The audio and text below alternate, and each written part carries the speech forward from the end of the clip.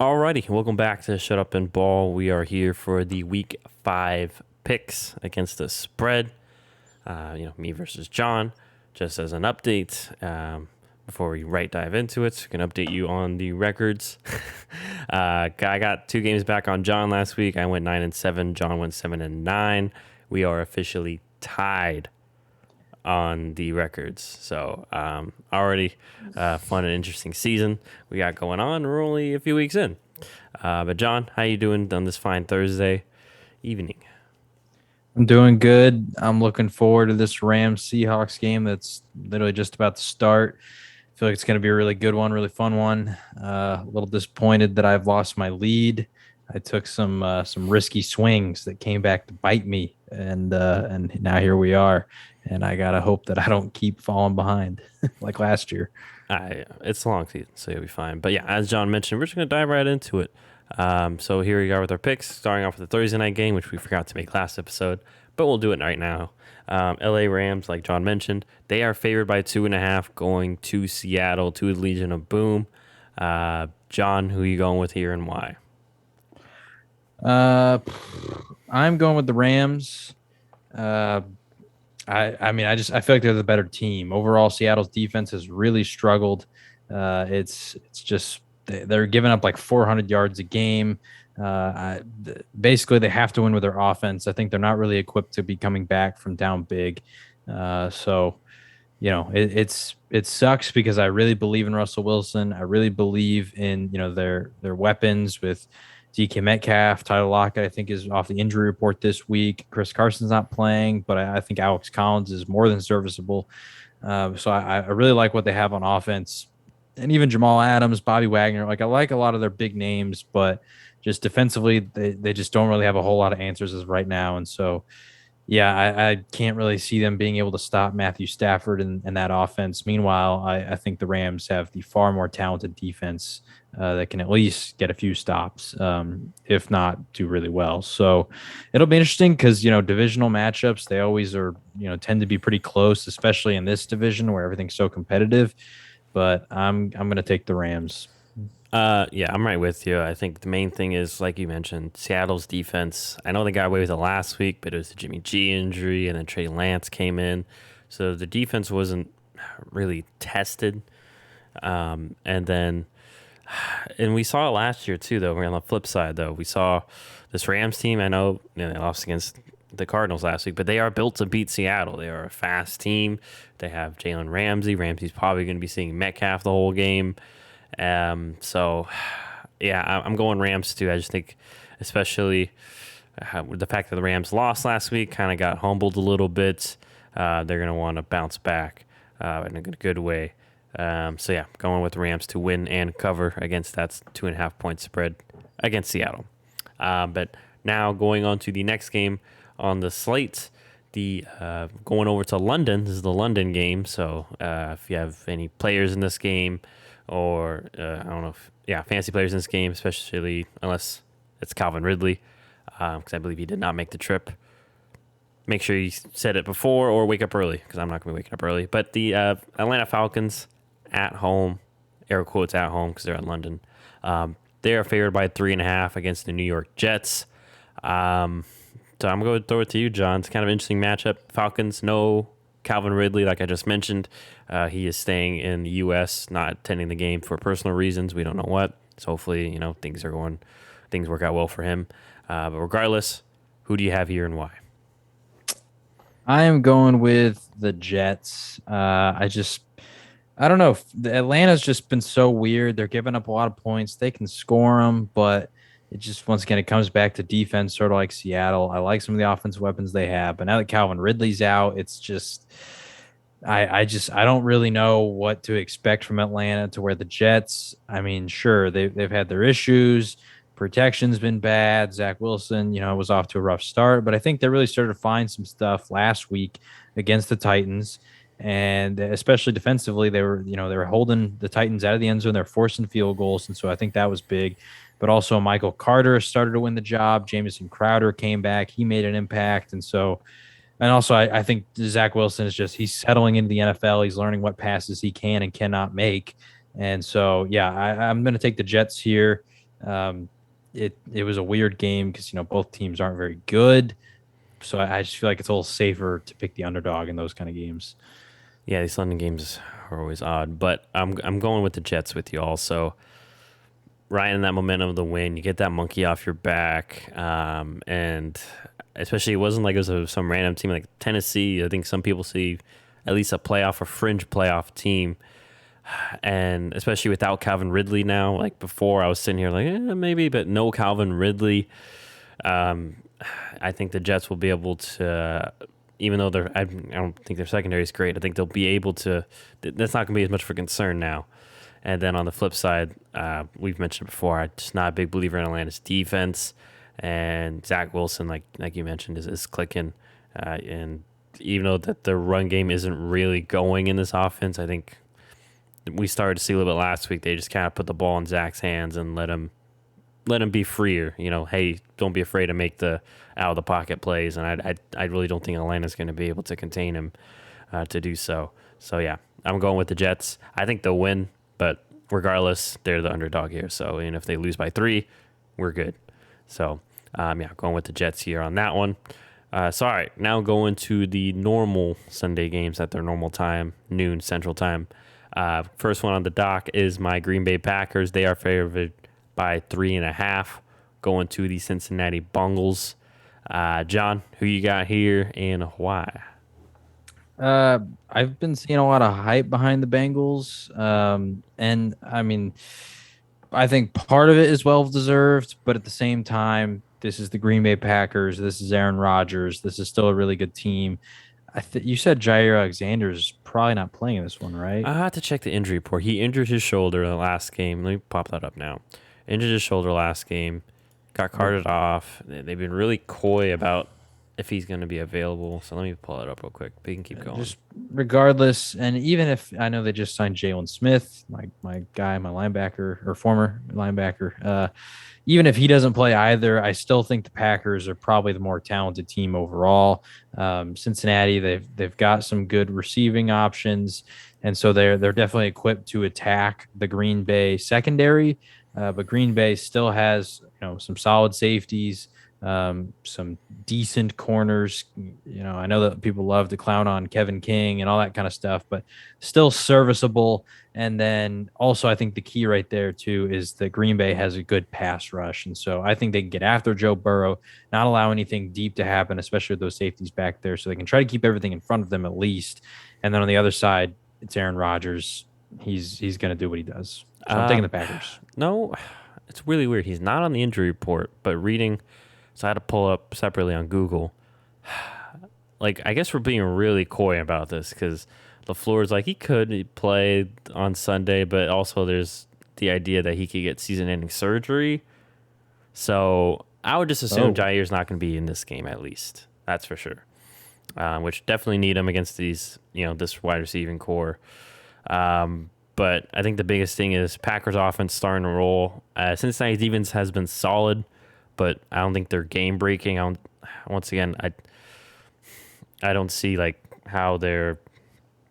I just don't see anyone that's going to cause issues for Aaron Rodgers. Like, oh, we have to make sure that this D lineman we got to double him, or all right, who's covering is X corner on Devontae. You don't have to worry about that.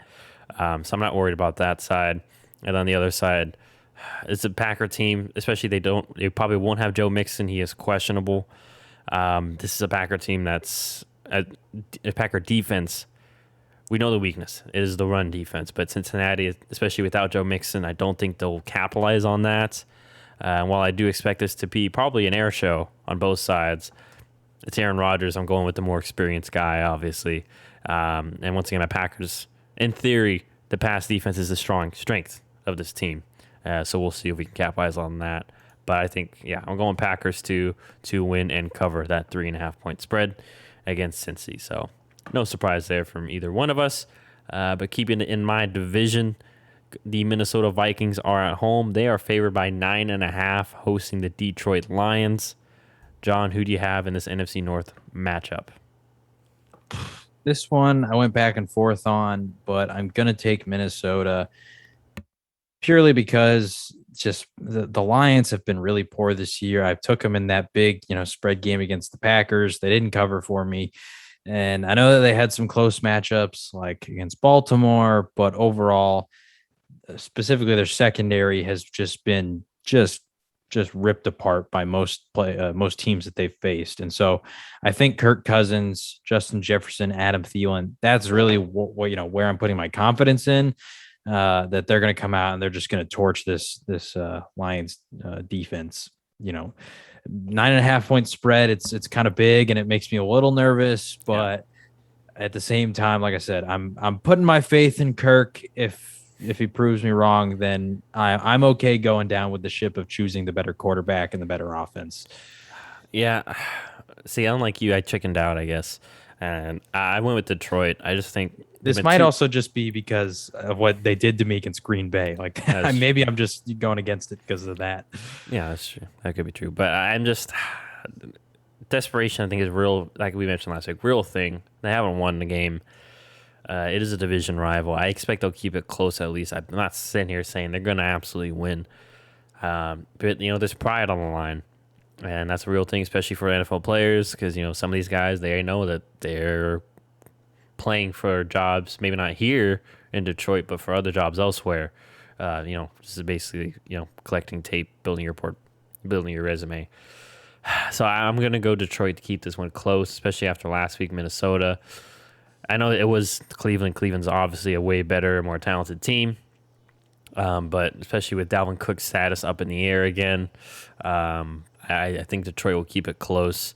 And if not, 9.5 is a lot for me. Too much for me. So I'm going with the Detroit Lions, Motor City for that one. So that is one of our differences for the week. But going on to the next game here, Pittsburgh Steelers, somehow, some way, they are favored by 1.5, hosting the Denver Broncos. This is at Heinz Field at Pittsburgh. John, do you believe in Big Ben, or are we going with the Broncos here? Uh, when I saw this, I was a bit surprised. Like you just said, somehow, some way they're favored. Really, I think it comes down to number one, they're at home, so they probably got some points there. And then Drew Lock is starting, and maybe it's just because we don't really know what we're going to get out of Drew Lock. But I'm still going with Denver here. I don't believe in Pittsburgh's offense. I say it every week, and I sound like a broken record, but their offensive line is putrid. That gives Big Ben no time. That gives Najee Harris no running lanes. And so I think that Denver's defense is going to have a lot of success in this game. And then on the other side, I mean, I'm not fully out on Drew Lock yet. Like I think Teddy was probably the safer choice for winning because he's going to keep you in games. He's going to win the turnover battle. But I think against a Pittsburgh team where their front, seven is really their strength. Not that their secondary's, full of slouches, but their front seven is really where they're going to kill you. Having a guy who can chuck it deep downfield might not be the worst thing, because really what that defense is going to want to do is try to just keep everything underneath and not allow you to have time to throw and just get in your face. But if you have a guy like Drew Lock, who he's more mobile, Teddy's mobile, but he doesn't like really maneuver well in the pocket. Like he can run, but that's kind of it. I think Drew's able to extend plays a little longer, and he's got the bigger arm. So I wouldn't be surprised if we see a Cortland Sutton deep bomb that can really change the momentum of this game. So I'm taking Denver. Yeah, that's really all I got for it.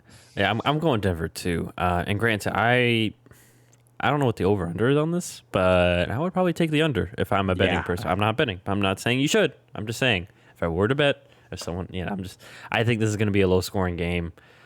The Drew Lock factor does scare me a bit. This is a Pittsburgh defense that, is still pretty good. Still, really just they're the reason that they're in these games, really, for the most part. And especially, losing KJ Hamler a few weeks ago, kind of low on weapons. But the big thing is like the first part you mentioned is just, I think Denver's defense is too good. Especially, we saw Big Ben. Like, it's just, this ain't it. It's plainly simple. Whether Claypool plays or not, this is a Denver secondary. I think that can match up. One of the few secondaries that can match up with Pittsburgh across the board. And I think obviously, Pittsburgh, Mike Tomlin praised the run game. It's the Packers. We don't have a great run defense to begin with, and I don't think that was our main concern. I think the Denver defense is better than Green Bay, especially in the run game as well. and also just even pass rushing. I believe Von Miller's still going there. I think Bradley Chubb's active. But so regardless, Vic Fangio always finds ways to manufacture pressure. So excuse me, going to Denver here to win and obviously cover here. But yeah, that's well. This will be an interesting one to keep an eye on. I'm not definitely not watching this one. If you keep an eye on underwise, and then, yeah, I think the only viable fantasy option I would rely on here would be Cortland Sutton. So maybe some Noah Fan, who knows? But I think Najee's probably still decent just because they've thrown the ball like 10 times a game, so you can get some PPR value there. we'll But see. yeah, I mean, overall, it's just kind of But yeah, so that is that. Going on to the next game here, the Tampa Bay Buccaneers at home. They are favored by 10.5, and they're hosting the Miami Dolphins. Dolphins still no Tua, so it looks like Jacoby Brissett will once again be under center. John, who do you have here and why? sorry if anyone sees me on YouTube and I keep looking to the left because the game just started and Tutu Atwell just tripped and fumbled out of bounds on the kickoff. I have him in a Um, dynasty league, but I did not start him, so it doesn't affect me. But not a great start. I mean, not that Tutu was going to be playing this year, but he's more of a long term guy. yeah, But technically he was actually down, but it was just weird. Like nobody even touched him; he just tripped. Anyway, Tampa Bay versus Miami. I'm gonna go with Tampa Bay here. I just felt like Miami, last week well, 2 weeks ago they impressed me against the Raiders, and so I figured that last week they would continue to do that. They did not. They didn't cover. It wasn't really even close. Will Fuller's now on IR. There's just a lot of stuff that's going on there. Miles Gaskin's not getting involved at all. I don't really know what to expect from Miami. To where Tampa, I do, and that's really all the logic I have here. That I'm going off of is that I feel like I'm more comfortable taking Tampa because I know what I'm going to get out of them, and with Miami, it feels like too big of a risk because I don't know enough. I went with Miami. I just think we saw New England hold the Bucks. I don't want to say Brady because it's the whole offense, but Brady and that whole offense to 17 points or Right. 19. It was 19. Sorry, 19 points. Granted, was weather, but Brady's one of the few quarterbacks. The way how well he throws the ball, he wasn't too affected by the weather. Um, but yeah, 10.5, a little bit too much for Miami. This is once again Brian Flores, similar to Bill. I think he's gonna see what Bill did, maybe build off that, just to keep this Bucks team down.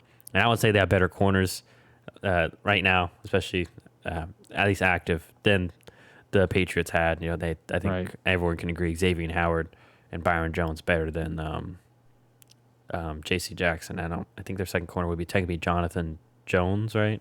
Yeah. So, and yeah, and even though that the Miami offense hasn't been great, especially in any phase of the game, I think the fact that they won't be able to run the ball, and they'll probably know that they won't be able to run the ball. I think that will benefit them right out the gates. Just kind of air it out. It should be a good game for Jalen Waddle. They still have Gesicki and uh, Devontae Parker, and they still have Preston Williams, but he hasn't been much of a factor. I just think this will be like a 24-14 ish. Would that cover? I'm Yeah. blanking. Because Yeah. it's 10.5. 24-14 ish game, maybe 20. This one kind of an ugly-ish game. I think Miami would keep it close or at least score a garbage time touchdown. This is a team that I think that, once again, pride's a big thing. They were expected to be contenders this year, and right now they are not looking so. And I think that they're going to at least want to keep it close and play hard, which I know is like the most cliche thing to say, but sometimes that actually goes through to people. So yeah, going Miami there. Another one of our differences for the week.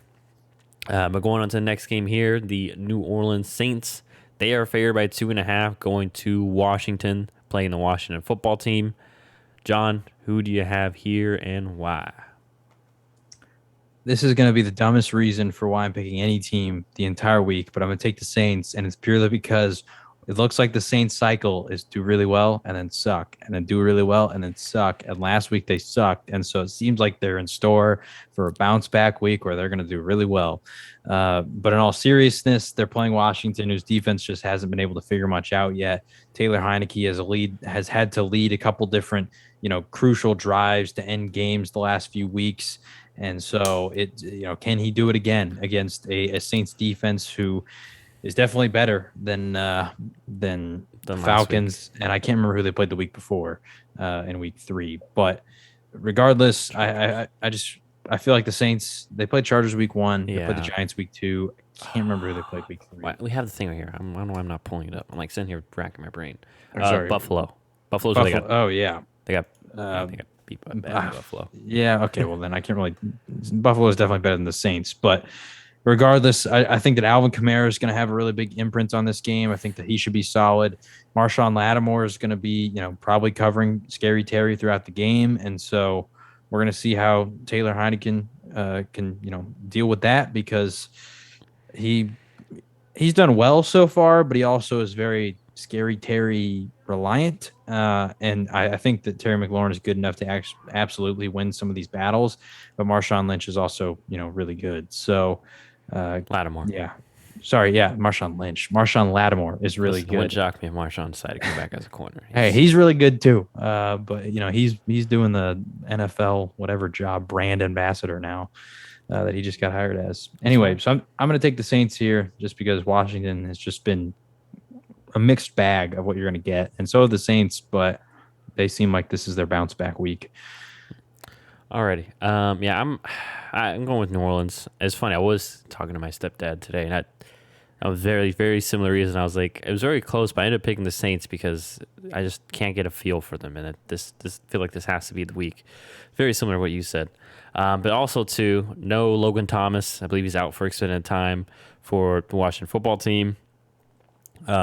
Saints run defense. Still pretty good run defense. I know Saquon had some yards on them, but I, that was a weird game. Kind of Saints were playing weird defense. They're trying to load the box, blitz everything. Like they're going for the kill too much last game.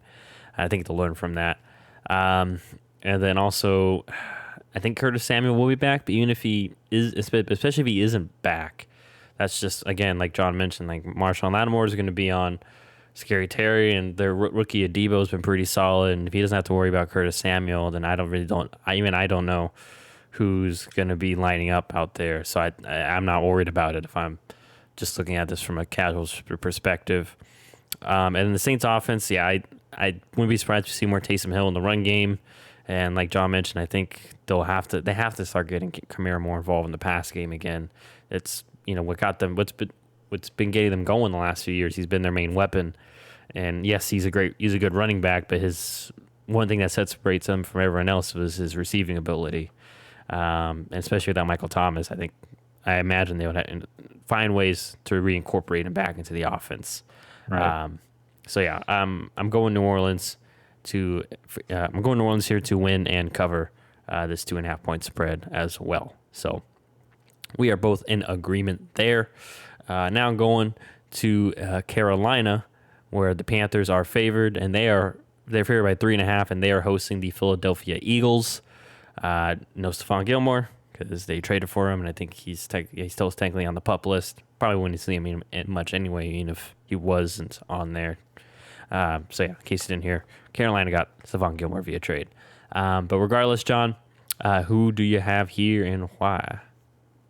I'm going to the Panthers, and it's just because I don't really believe in Philadelphia's defense at all. We saw last week, and I know it's the Chiefs, and I know the week before was the Cowboys, two of the best offenses in the league, but they're just giving up a lot of points, and it seems like they can't really manage to get off the field. And so I think that Carolina, Joe Brady, I'm a big believer in him. Sam Darnold has looked great this year, 5 rushing touchdowns. So DJ Moore is killing it. Like Christian McCaffrey might even come back this week. I'm not fully sure on that status yet. It's supposed to be a game time decision. But regardless, him or Chuba Hubbard, I think both can have success against this Eagles defense. So I think on that side of the ball, that's why I'm taking Carolina. But also, I mean, Jalen Hurts in that offense, they're putting up numbers, but Carolina, they're still a really good defense, and I think that they're going to have some success. They're going to be able to get some crucial stops when it matters. And even though, like you said, J.C. Horn's out and Stephon Gilmore won't be there, they're still talent. C.J. Henderson's still talented. A.J. Boye still talented.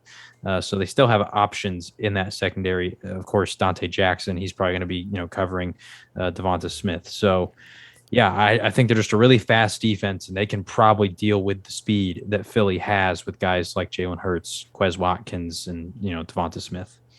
Yeah, I'm right with you. I'm going with Carolina as well. The defense, I know, didn't have a great game last week, but Dallas, I think, is going to, as we're seeing, is one of, if not, is one of the better offenses in the league. Definitely up there, top five, top three.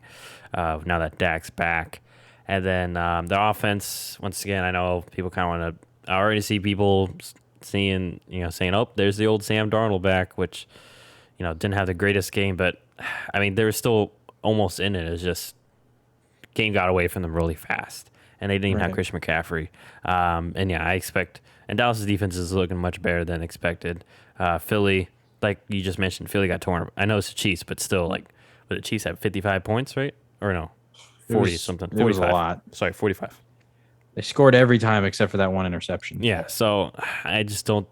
Not that I'm saying that New Orleans or not New Orleans, that Carolina is equivalent to Kansas City. Obviously not, but they're a few shades lower, and I think they won't have any problems moving the ball on this Eagles team whether they want to run it or pass it, like John mentioned. So yeah, going Carolina as well to win and cover. That was a surprisingly small spread. Yeah. Another thing of note too is that once again the last 2 weeks against two teams that are very susceptible to the run game, the Eagles coaching staff has not run the ball. Miles Sanders is not getting involved. And Yeah. so if you're going to do that against Carolina and be that one dimensional, I have to think that Phil Snow, Matt Rule, and that defense, they're just they're gonna get in your face because they're very blitz heavy. And if you don't threaten them with the run at all, they're just gonna start sending all these crazy blitz packages at you. Sorry, I heard what you said, but it just distracted me. Someone just randomly commented Kyler Murray. Yeah, he's Oh, Fire Cliff Kingsbury. Okay, that makes more sense. yeah. I was like, why did someone just comment Kyler Murray on the post? It's not even about the Cardinals. Alrighty, going on to the next one here. The Tennessee Titans, they are favored by 4.5 going to Jacksonville. All the stuff happened with Jacksonville this week. Do you think Jacksonville can pull it together and at least cover? No, and just to put it simply, there's too many distractions, and also they're not the more talented team.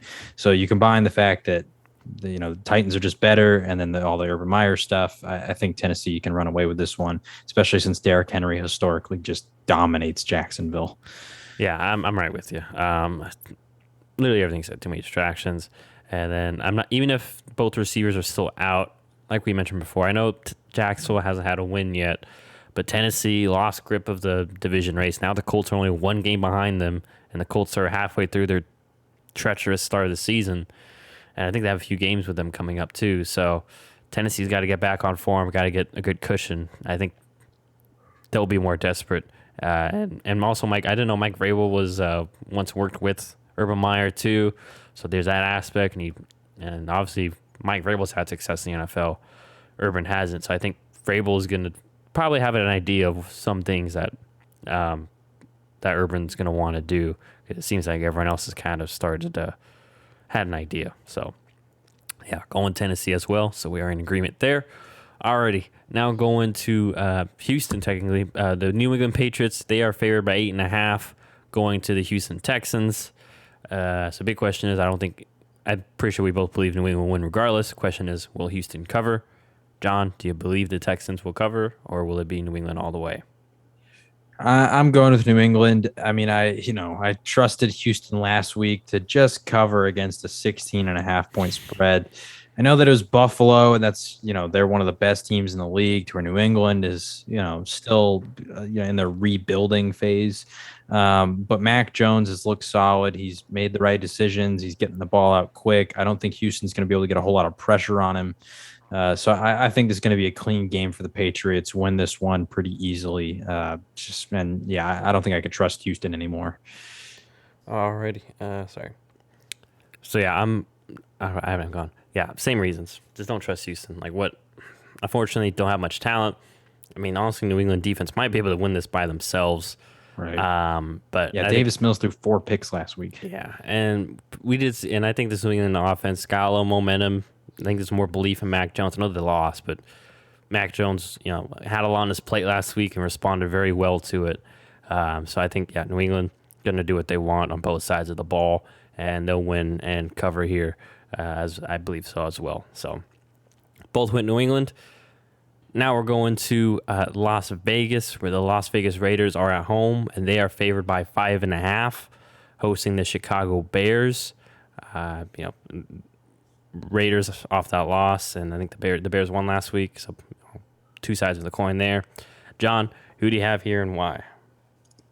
I'm going to go with the Raiders. It just mainly comes down to me for the Raiders' defensive line has been really impactful, and the Bears' offensive line is pretty putrid. So I think the Raiders can control the line of scrimmage on that side of the ball. And yeah, it's just going to be a tough day for Justin Fields and the offense. I think they can still make some things happen against the Raiders' secondary, who's a bit banged up. But overall, yeah, I mean, I just believe in their defensive line to be so disruptive, and then Derek Carr in that offense to really want to bounce back after, the tough performance on Monday night. Yeah, I expect them to bounce back as well. Bears kind of feasted on. I mean, they were technically outgained by the Lions last week, yards wise on offense. It's just I think Lions just made some mistakes. Obviously, I think we both probably feel Raiders offense much more better talent wise and polished wise. So I think that they'll be able to move the ball up and down the field here. I did like what I saw from the Bears offense last week, but still, this is only their second week, working on things, and I imagine I forget is Gus Bradley the DC. Regardless, I think the Raiders defense, like you mentioned, still solid enough to well, I got signed out of the file. Still solid enough to get some stops and get the win for the Raiders. So going with the Raiders there as well. Alrighty, now going on to probably one of the better games of the afternoon. The LA Chargers at that fancy SoFi Stadium. They are favored by 2.5, hosting the Cleveland Browns. John, who you got here and why? This one was tough because both these teams have a lot going for them. The Chargers are just looking like a well-oiled machine. But I'm going to take the Cleveland Browns because I think in the loss the Chargers had to the Cowboys, where that was like the full Chargers game, that and the Raiders game are like the two that I really got to watch. The key reason that I think the Cowboys were able to win that game, or at least keep it close, was because of the run game. The Chargers' defensive scheme with Brandon Staley is they keep their safeties backed up, and they basically dare you to run the ball. And it probably for some offense coordinators might feel weird because you're doing exactly what they want you to do. But that's the Browns' game, is running the ball. Nick Chubb, Kareem Hunt. I think that they're just going to have a lot of success against this light box that the Chargers are going to offer. And so I don't know who's going to win, but I think it's going to be an incredibly close game. And so in that aspect, I'm just going to take Cleveland here. It'll be interesting, though, because Baker Mayfield hasn't been great the last few weeks. Hasn't been terrible, but just hasn't done a whole lot. And so we'll see what they can do passing wise against this Chargers secondary that, once again, they're going to sit back, they're going to allow you to run the ball and not allow you to just beat them over the top. So I'm going with the LA Chargers. Baker's had what mainly concerns me. First of all, Baker dealing with that shoulder injury. He's obviously not 100%. Right. Him and Odell just are not on the same page. And so I imagine if I was the Chargers, and I think Brandon Staley is a smart head coach, I think he's going to load the box. I think he's smart enough to realize we got to take the run game away from them, and I'm going to try to make Baker and Odell beat me, and that or whatever the other receivers are too. No offense to Donovan Peoples-Jones, he's no scrub either, but yeah, and then on the other side, while the Browns defense has been better in recent weeks, I mean Herbert is on a roll at this point. And I think this is an offense that can do a little bit of everything. They can run the ball, short passing game, and then they can, obviously hit their strikes downfield if they need to. But yeah, this is an incredibly tough pick. So I'm not surprised we have a disagreement here. So yeah, I'm going Chargers to win and obviously cover. John has the Browns, so that is our third disagreement of the week. So that'll be a fun one to watch. Now going on to a game John will definitely be watching. The Dallas Cowboys at Jerry's World, a.k.a. Dallas. They are favored by 7.5, hosting the New York Giants. John, who you got here and why? I'm gonna take the Giants to cover. I think the Cowboys win this one, but I think it's gonna be close. Like I talked about earlier, divisional matchups tend to be really close, and the Cowboys Giants is no different. Three out of their last five games have been decided by one score. The other two were, not like crazy out of hand, and so I think this game's gonna be a close one, 7.5. Like I could see Dallas winning by a touchdown, and if that's the case, they're not going to cover. So I'm going to take the Giants here. Also, I think that Daniel Jones and his running ability can have some success because he just adds another dynamic. The key for him is just holding on to the ball. He's done well so far. If he starts, if the Cowboys defense starts causing turnovers, that's where their games, so far have been getting out of hand, is when they're able to force turnovers and just give their offense more possession with, typically good field position. So I think Daniel Jones so far, I believe in his ability to not turn it over as much as he has in the past. So I'm taking the Giants to cover. Yeah, this is a scary one. I think Dallas will obviously win. Um, it's just like obviously will New York Giants cover, and I think they will. They've shown they've gotten better and better kind of on offense each week, even though they've lost some pieces. The line's been a little bit better in recent weeks. Saquon's looking back to being fully Saquon. Yeah, like you mentioned, Daniel Jones has been playing really well. And then obviously, I think that Giants defense is solid too. But at the end of the day, I think Dallas, your offense, like I mentioned, they can run the ball if they want to. They can do the short passing game. They can, start kind of. It's just a better version of the Chargers. Well, not better version, but better than Chargers at all three aspects. Um, so, and then yeah, I like what the defense is doing, even though even though they've been losing pieces like DeMarcus Lawrence, everyone's been stepping up. It seems like they really believe, not only believe, but like we mentioned, I think last pod, just the pieces have fit perfectly, and play guys seem more comfortable in their roles for Dallas. So I was tempted to pick Dallas to cover, but divisional game and then it will be a little close, like you mentioned. So I'm going New York Giants as well, but would not shock me if Dallas barely covers 10-point game, late field goal or something. So yeah, we both went the New York Giants there. So now going on to the last afternoon game of Sunday, Arizona Cardinals at Arizona. They are favored by 5.5, hosting the San Francisco 49ers. No still firm commitment on who will be starting quarterback, if I remember correctly. I know Jimmy G did not practice today as of Thursday. So it looks like it may be Trey Lance, but it could change. Regardless, John, who do you have here for this divisional matchup? I am operating under the assumption that Trey Lance is probably going to play, even if he doesn't. To me, it feels like this game comes down to, if it turns into a shootout, which quarterback am I taking? It's Kyler Murray. And if it's not a shootout, I expect Arizona to be on top here, just because their defense has been really good against the pass so far. And I think that if Trey Lance is in there, they're going to try and mix in some QB runs, give him some short stuff, just keep it simple for him in his first start. And I think Kyle Shanahan absolutely is, an amazing play caller, but at the same time, the Arizona defense has just been so multiple. They just have so many weapons, so many guys who are just so athletic that, yeah, I'm going to take the Cardinals here. I feel like they're on a roll, and maybe sometime later down the road we'll have to apologize to Cliff Kingsbury if he keeps it up. So I believe in him as of right now. So yeah, I think Arizona will win, but I'm going with San Fran to cover. I just think, especially with Arizona's high-powered offense, I think Shanahan's going to lean more to the run game, especially if Lance starts. We're gonna see more of the Trey Lance running, and we really haven't. Oh my gosh, we really haven't seen that a lot. We've seen it, a couple handful of plays a game, but we haven't seen a full game where Kyle can start, intricating different things off of that, different. And I think Kyle will have a few big plays set up for Trey to get him confident, get some confidence going, some in the passing game, and also too, the Cardinals, they love. Their defense, obviously, the defense is very good, but they do love to, have a lot of linebackers and a lot of small guys out there. And I think in the previous weeks, they've been able to scare teams out of the run by their numbers. Vance Joseph's doing the creative stuff at the line of scrimmage, crowding line of scrimmage with those guys. I think Kyle Shanahan's going to call his bluff, probably try to run the ball into some looks and just believe in his O-line and his system to overpower them. I don't think it'll be enough to win. I think because I am concerned about San Francisco's corners. Everywhere else is fine for them, but you got to have corners to defend this team. And we saw last year, Kyler Murray, they could not contain him. I think he's going to make one too many plays for San Francisco to win, but I believe San Francisco will at least cover.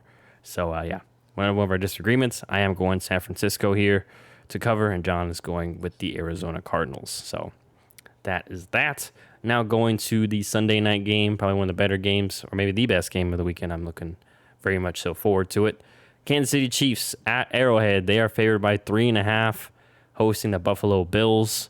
Rematch of last year's AFC Championship, and they also met last year in the regular season as well. That was one of those Monday games because of the COVID that was supposed to be on Sunday and got pushed to Monday.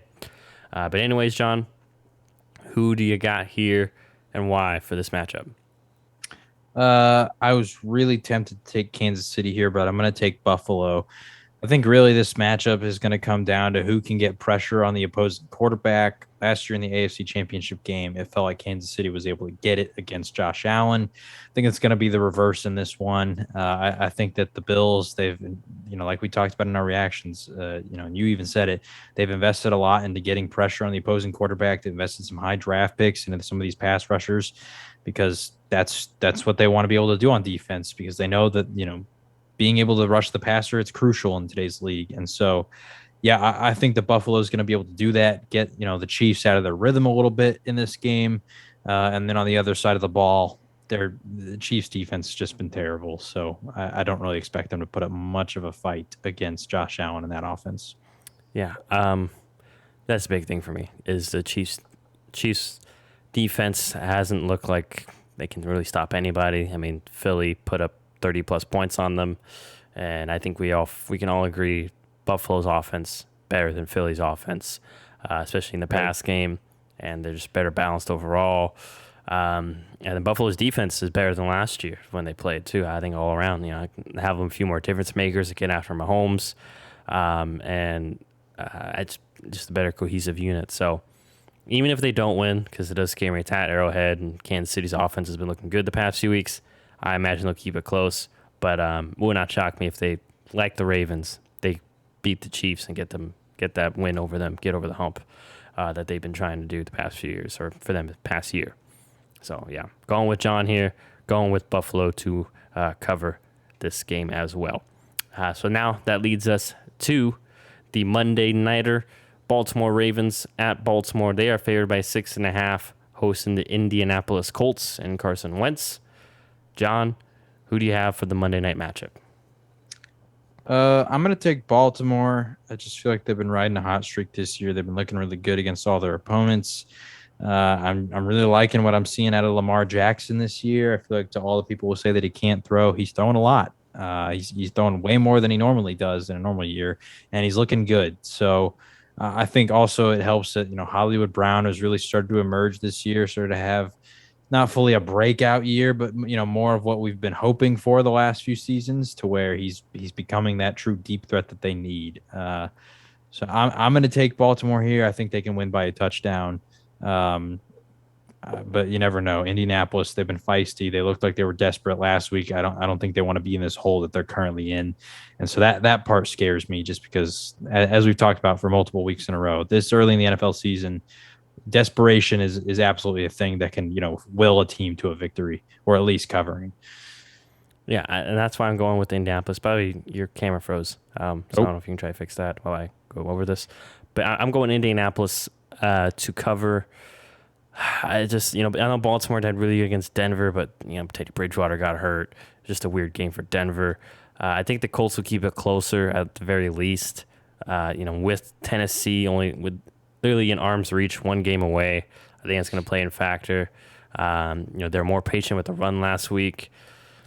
And Baltimore, I mean, their D-line's solid, but there's not those guys. I think age is starting to factor in. I mean, Calais Campbell isn't looking as spry. He hasn't, and that's why they've felt the need to blitz a little bit more this year than they probably want to.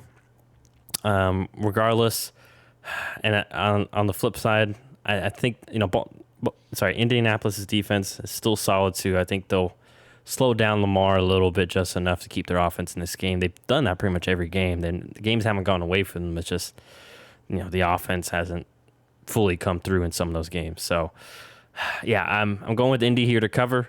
At the very least, wouldn't shock me if they won, but I don't think they will at the end of the day. I think it's just so tough to contain Lamar for 60 minutes of game time. It's just so tough to do that, and Right. yeah, I think that's where they'll run out of gas at some point. And also, I don't fully, obviously it's Carson Wentz on the other end. He could throw, have a fumble or throw a crucial interception that will cost them the game. So Right. going with Indy here to cover, and not feeling 100% great about it, but hey, it is what it is. I'm not feeling great about Baltimore, so that's just one of those games. Alrighty. But yeah, a lot of good night games, by the way. But alrighty. So that is our picks against the spread for the week.